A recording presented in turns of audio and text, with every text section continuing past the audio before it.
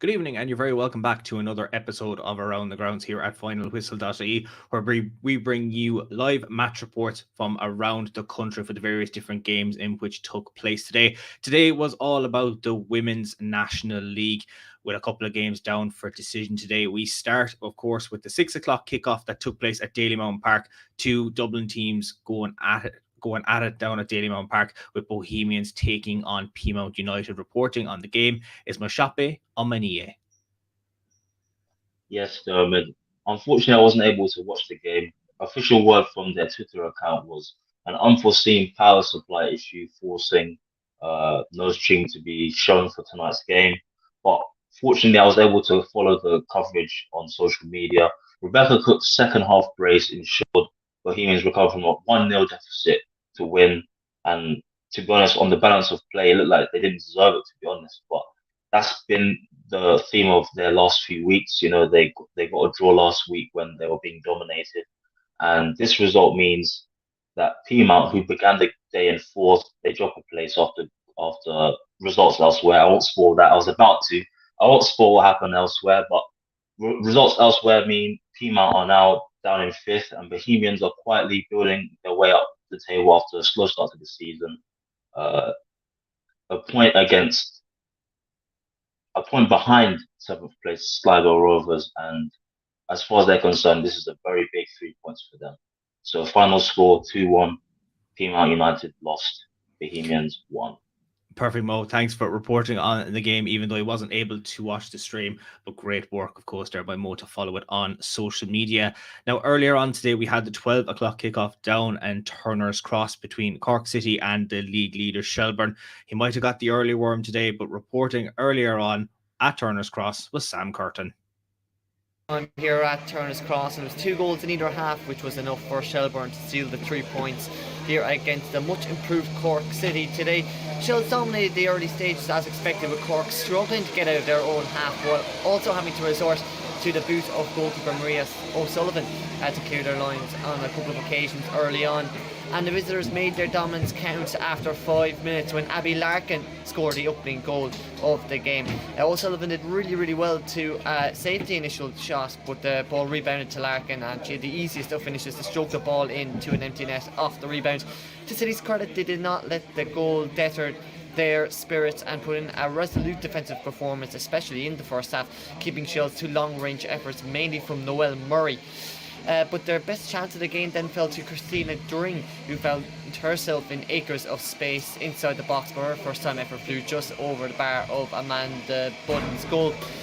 City were unable to take their chances, but Shells were clinical with theirs, leading to a second goal of the game. This time it was former City player Saoirse Noonan who tapped the ball in from another rebound after O'Sullivan once again made a really good save from Murray initially, but was unlucky not to keep the ball out. City did manage to apply some pressure at the end of the half, but were unable to trouble Budden with the visitors heading into the break. 2 goals through the good. The second half was much more end to end, especially early on, but that changed on 58 minutes when Shelbourne were awarded a penalty for a foul on Saoirse Noonan. But looking back at the replays, it did appear that Noonan just slipped possibly outside the box as well, much to the annoyance of the City crowd.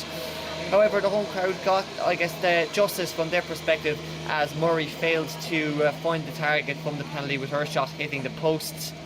That miss seemed to galvanise this City team, because they came into the game much more, took a couple more risks, applying more players forward, with Zara Foley having the best of the chances. She went close on 17 minutes with an audacious lob from 30 yards out from the touchline, nearly catching out Budden in the process. That was as good as it got though for City, with Shells applying more pressure, getting 2 goals late on from Murray and Leah O'Leary to seal the points. A 4-0 scoreline, probably really flattering the visitors. But that's how it finished here at Turner's Cross this evening. Business as usual for Noel King's side, while City, despite a much improved performance, stay 8 in the table. Full time here at Turner's Cross. Cork City 0, Shelbourne 4. And that, of course, was Sam Curtin reporting for Finalwhistle.ie earlier on today at Turner's Cross. Next, we look at DLR Waves, who were in action against Galway at the UCD Bowl this afternoon. Reporting on the tie was Sean Crosby. It's the visitors taking all 3 points back to the west of the country in this one. A late Chloe Singleton goal giving Galway a 1-0 win over DLR Waves at the UCD Bowl. Singleton's late finish really the only highlight in what was a fairly drab affair down at Belfield, particularly in the first half. The game was very scrappy. Both teams looked very rushed, trying to play very direct football. There really wasn't a lot to talk about. The first major goal scoring chance didn't come until after the half hour mark, and I did fall to the home side. Rachel Doyle free kick finding Dean Clare free at the back post, but Claire's header failed to find the target. There was only really one effort on target as well in that opening 45 minutes, again to DLR Waves. Sarah McKevitt with a low-driven shot inside the box, but it was an easy save for Renane. You could say that possibly it was a solid defensive performance from either side. That kept it at 0-0, but really it was the quality of the passing, particularly in the final third. The final killer ball from either side wasn't good enough, and it left both defences with very little to worry about as the teams went scoreless at the break. In the second half, Galway did start the better side. They had the early chances. Jenna Slattery with both of them, one of them being a free kick that went just wide, and then she too, similar to McKevitt's effort, had a low-driven shot inside the box, but it was straight at Eve Badana. Galway did look like a far better side in the second half. They got the ball down and managed to they didn't play it quite as direct, and they managed to create some more chances. Chloe Singleton came closest with 15 minutes to go to getting a winner with a great solo run, starting in her own half, beating 3 or 4 DLR Waves players on the way before flashing the ball across the face of goal, but it was just the wrong side of the post. But with 9 minutes to go, Singleton would get another chance, and this time it would be the winner. A throw in that looped over and found her free inside the box. She had a really tight angle though to shoot from, but she managed to squeeze it under Eve Badana to score the winner and give Galway all 3 points. A great finish from Singleton, it has to be said, and those 3 points mean that Galway are now 4 points clear of DLR Waves, and they'll be back in action next week with a tough challenge as they travel to Shelburne. And as for DLR Waves, they too are away to Treaty United. So full time in this one, DLR Waves 0, Galway 1.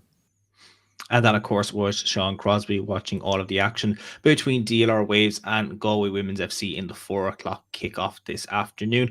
Now, looking at the 5 o'clock kickoff, Treaty United were in action against Sligo Rovers down at the Markets Field. Treaty is still looking for points this season. With a full-time report from the tie is Sean Comer. Full time in Marketsfield between Treaty United and Sligo Rovers, and it's Treaty's first point of the season after the 0-0 draw. Couple of chances in this one, not the most thrilling of games, but both sides had chances to maybe get 3 points out of this one. First resemblance of a chance came about 6 minutes in when Emma Doherty was played through for Sligo, but she just seemed to hesitate bearing down on goal. Her shot was eventually blocked. Treaty did come very close throughout a few occasions in the first half, first of which came in the 20th minute. Ashley Meany went through on goal, and as she was going through, the ball just set up for her. She decided to try and dink the keeper, and her effort just clipped the underside of the bar, bounced up off the line. Really, really unlucky, really a matter of margins in that one. Just 4 minutes later, Sligo then had a good chance. Gemma McGuinness got the ball on the left, and she cut it onto her right foot, but her effort was at a good height for Trish Vanley Hunt in the host net.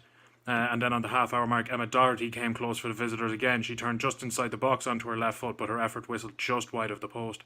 Massive talking points 8 minutes later. Amy Madden had a chance from about 30 yards out from the left. It looked like her shot had gone into the top corner, but it kind of hit the woodwork there. It then seemed to come down and bounce out off the woodwork at the back of the goal and right out, never hitting the net. Treaty started to celebrate. It looked like it had gone in, but the ref never actually waved for a goal, and he ended up not giving it. Treaty, I suppose, probably have a right to feel a bit aggrieved after that one. And just 3 minutes later, you really saw that the luck wasn't on their side today. Heidi O'Sullivan got the ball on the left-hand side. She cut inside onto her right foot. She curled it and just hit the bar. Really unlucky for Treaty. You know, their chances were just not being rewarded at all. The second half was flat for most of it, I suppose, up until the last 10 minutes.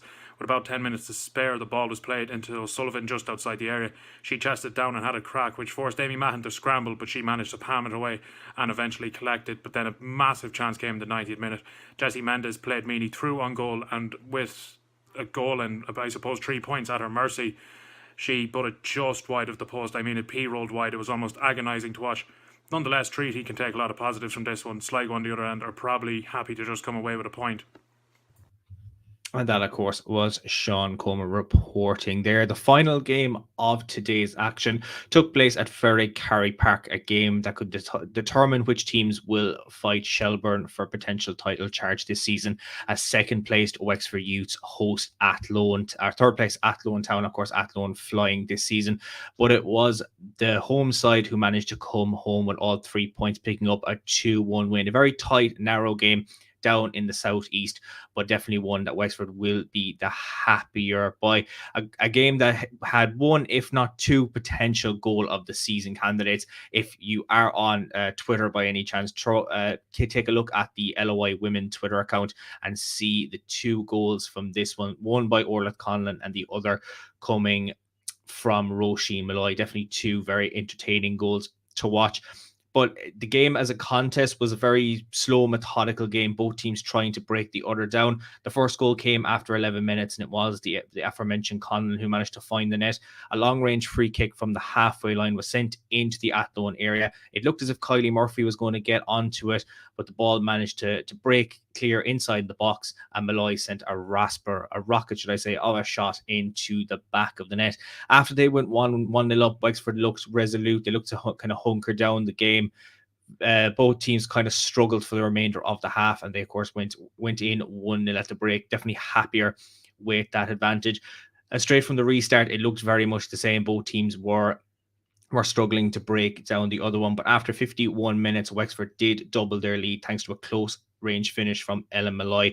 It was a lovely ball into the area that found her, as she has done countless times this season, has found the back of the net. She managed to get her 10th goal of the season, but straight from the kickoff, Athlone managed to get up the other end of the pitch. Laurie Ryan found Malloy in space on the left side of the box, and she sent a rasper of a shot that just chipped over Maeve Williams into the back of the net, of course, from outside of the area. A lovely finish. But after that goal, Athlone struggled to try and get a second, but Wexford could and probably should have managed to get a third goal, but Niamh Coombs got down well to make a really good save to smother out the danger. And the contest as a whole started to dwindle out then, but Wexford, of course, will be happier to take will be the happier the 2 teams having got the 2-1 win this evening. Of course, they end Athlone's amazing record this season away from home. And we'll look at the results, of course, from all of the action today, just to give you a quick brief recap if you've missed a couple of those results. Cork City suffering a 4-1 home defeat to Shelburne earlier on today.